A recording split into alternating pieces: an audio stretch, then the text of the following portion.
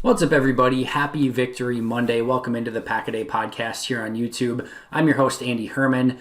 We have once again entered the territory of ugly wins. This one definitely falls in that category.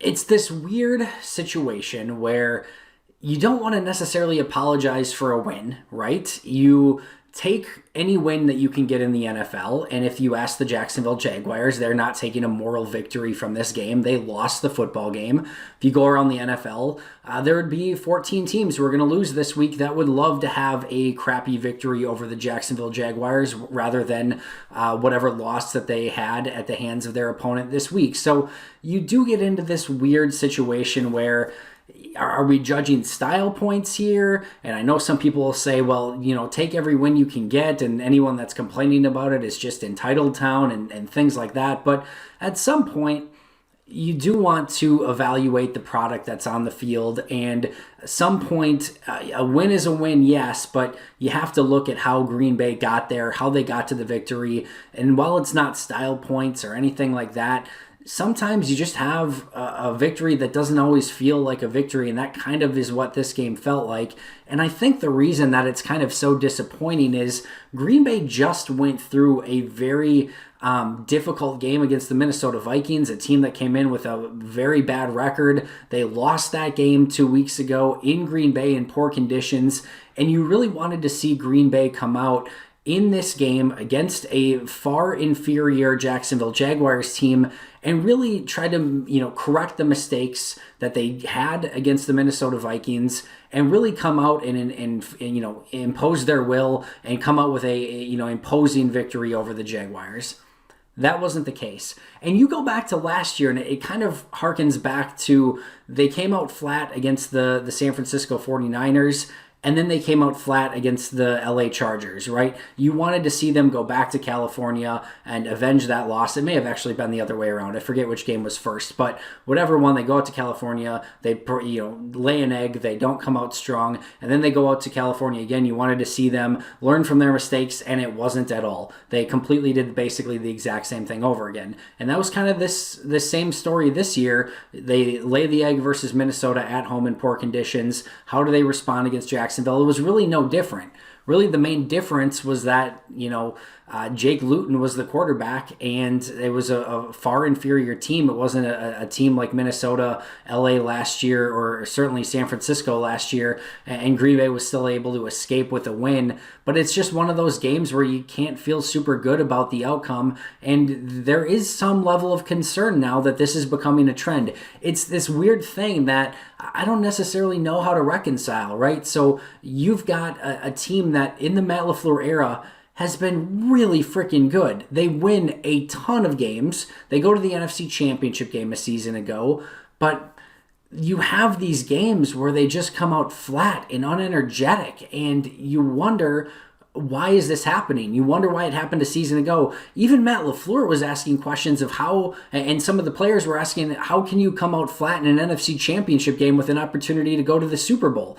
The Super Bowl is on the line, and they came out flat in that game. You didn't learn your lesson from Minnesota, and you came out flat in this game against the Jacksonville Jaguars. So what is going on? It doesn't seem to be a lack of leadership. You have veterans on both sides of the football, whether it be Rodgers or Bakhtiari, Corey Linsley, Mercedes Lewis, Zadarius Smith, Preston Smith, Adrian Amos. The list goes on and on. There are plenty of veterans on this roster who are capable of, keeping everyone in line and making sure that everyone's motivated for a game. What you don't have are a ton of energetic leaders that are, out there and getting everyone fired up. It's a lot of leaders who lead by example. So maybe that's something that's lacking on this team. Maybe they need that spark plug. I've mentioned that Jamal Williams has kind of been that at times for the offense because he brings a ton of energy from an offensive standpoint, but you don't have those players that are just kind of magnets for electricity and energy and can kind of spread that out to the rest of the team. So maybe that's something that's missing from this roster, and maybe that's something that legitimately needs to be addressed, or that Matt LaFleur and this coaching staff have to figure out a way to press everyone's buttons just a little bit differently to get them ready to go in these games. I think it's encouraging in some capacity that Matt LaFleur was pretty pissed off after a win. You could tangibly tell that he was upset with the level of effort and energy and intensity that he got from his players today. Now, if you go back to the Minnesota game and some of the things that he said after the Minnesota game, it was almost verbatim in some cases. I think he said lacking juice both times. It's almost verbatim of what he said a couple weeks ago, and it's obvious that they didn't learn from some of those mistakes against Minnesota and be able to apply those corrections against the Jaguars. So, yes, it's great that he was pissed off, and you don't want to see any sort of complacency or win's a win sort of thing, but you do want to start seeing corrections and not having these games where basically the entire team comes out flat. So it's a tough thing to reconcile. Congratulations on the Packers for winning a game. Again, you shouldn't apologize to anyone for winning a game in the National Football League. Anyone can beat you any given week, and we see upsets all the time in the NFL. This definitely had the ability to be one of those, and it's worth noting again that in horrible conditions like the game was in Green Bay on Sunday, it kind of mitigates some of the advantages that Green Bay has. But again, you can't use that as an excuse either, because as you build a team and as you put together a roster, you have to know that you're going to play 8 games at Lambeau. A lot of those are going to come at the end of the year in crappy weather. You play a game at Soldier Field this year. It's going to be in January. That's going to be crappy weather. If you're playing at Lambeau in January for the playoffs, which is what you want to be doing, that's probably going to be in some crappy weather. So you have to know how to build your roster and put your players in a position to be successful. And I think, it's up to interpretation at this point as to just how good this team can be at home in poor conditions. The wind at 40 miles per hour in both Minnesota and against Jacksonville is definitely something that's not normal even for Green Bay. Those are really bad winds. Plus you had some precipitation early in this game, so it's not to say that that's always going to be the case at Lambeau Field, but it's certainly fair to say at this point that Green Bay's got to do a better job of navigating those those intangibles and those different things that can come up through the course of the game, so that it's not this close game against a far inferior opponent like the Jacksonville Jaguars, who by the way had a lead in the fourth quarter in this game. So again, all tough things to reconcile. I think if you look at the way the defense played in this game, you kind of get the same weird feeling, right? So you look at the defense, they had 3 sacks, 6 pass breakups, an interception. They only allowed 13 points, right? It was the Jaguars scored 20 total. 7 of those were on the punt return for the touchdown. So the defense allowed 13 points. And if you look at those 13 points, 3 were on the long drive kind of to open things up. And then you had the touchdown off of the Davante Adams fumble and the another field goal off of the Aaron Rodgers interception. So both of those were on short fields. The Packers defense only gave up 1 real drive for points, and that was a field goal. Again, a big part of that was the offense setting them up in really poor position. Green Bay also held Jacksonville to 4 of 13 on third downs, only 151 net passing yards, a few sacks on the game. When you look at everything all together, it doesn't look like it's that big or that bad of a game. It looks like it was a fairly good game by the defense. I'm really going to be intrigued to look at it on the All-22. But at the same token, you also see James Robinson falling forward on almost every single play, more poor tackling, lack of pressure in some key situations, and you also saw Green Bay get lucky on some plays. Jake Luton just threw some bad passes, and I'm sure the weather affected him as well. DJ Chark, streaking down with about 10 yards of separation. Thankfully, the wind held the ball up, and Darnell Savage was able to recover without somehow creating a pass interference penalty. It's one of those really bad plays by Darnell Savage that it looks like a good play at the end because he made the pass breakup, but you can't allow your player to get deeper than you when you're a safety. It was a poor play and thankfully a poor throw, and otherwise Jacksonville probably has a touchdown to DJ Chark deep on that play. So just some of those plays as well in this game where you're looking at the defense, you're just hoping for a little bit more. When you look at the box score at the end of the game, you can kind of say, all right, they played a pretty good game. And then you just have all the fluke plays in this game, which I think is ultimately why Jacksonville was really able to hang in.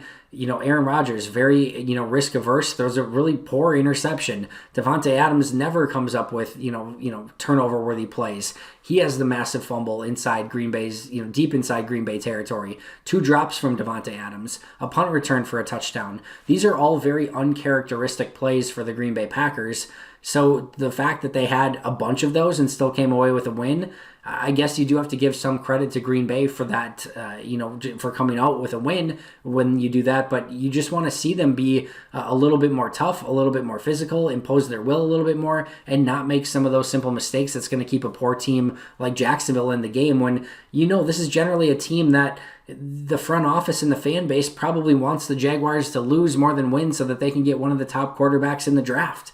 They're coming from sunny Florida, coming up to crappy Green Bay, and just don't give them a reason to be in this game in the fourth quarter. Yet here we are, Jaguars up in the fourth quarter with 10 minutes left, and Aaron Rodgers and the Packers have to go down and try to score a touchdown to take the lead. They did, with a huge kudos to Davante Adams for coming back and playing hurt. Otherwise, who knows how this game ends?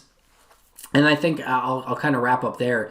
The wide receivers in this game are also worth certainly noting. MVS and Davante Adams were basically like, flip-flop of what they normally are. Usually MVS is the wild card and Davante Adams is the sure thing. In this game, Davante Adams was the wild card. 2 drop passes, fumble, but also the gorgeous touchdown that got called back from penalty, and then the touchdown that kind of sealed the game at the end. Also came up with some big first down receptions. Kind of Jekyll and Hyde from Davante Adams, which again is usually what we see out of MVS. MVS, meanwhile, 4 big plays. He had the long touchdown, which was the play of the game. Came up with another big first down reception on a key third down. Helped set up that game-winning touchdown to Davante Adams with a big reception. So all those sort of things, just a really big game for MVS and certainly deserving of a game ball. And for me, the player of the game, at least at first glance, without going through the all 22 yet.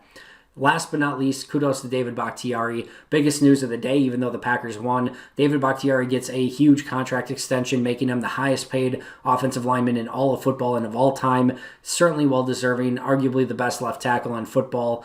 Just an absolute key to this Packers team. Deserves every penny of it. He's going to go out and earn it for the rest of his career, hopefully here in Green Bay. And just really cool to see how emotional he was, how real he was in his press conference after the game. And just tough not to be excited for him. Green Bay now locks up Kenny Clark and David Bakhtiari for the foreseeable future this season. And, kudos to Brian Gutekunst and Russ Ball for getting those contracts done as well. Brian Gutekunst mentioned that there is some opportunity to maybe get another deal done still this season. So we'll see what they're able to do there. But give the entire front office a ton of credit for getting both those main contracts done with David Bakhtiari and Kenny Clark and really keeping some of their elite players in tow for the foreseeable future. That's going to do it for me. We'll be breaking down this game on the Pack-A-Day podcast in much greater detail through the rest of the week, as well as myself here on YouTube as I go through my grades. Check out Maggie Loney and I today on the Pack-A-Day podcast, wherever you get your favorite podcasts. I'll see you right back here tomorrow. And until next time, and as always, go Pack Go.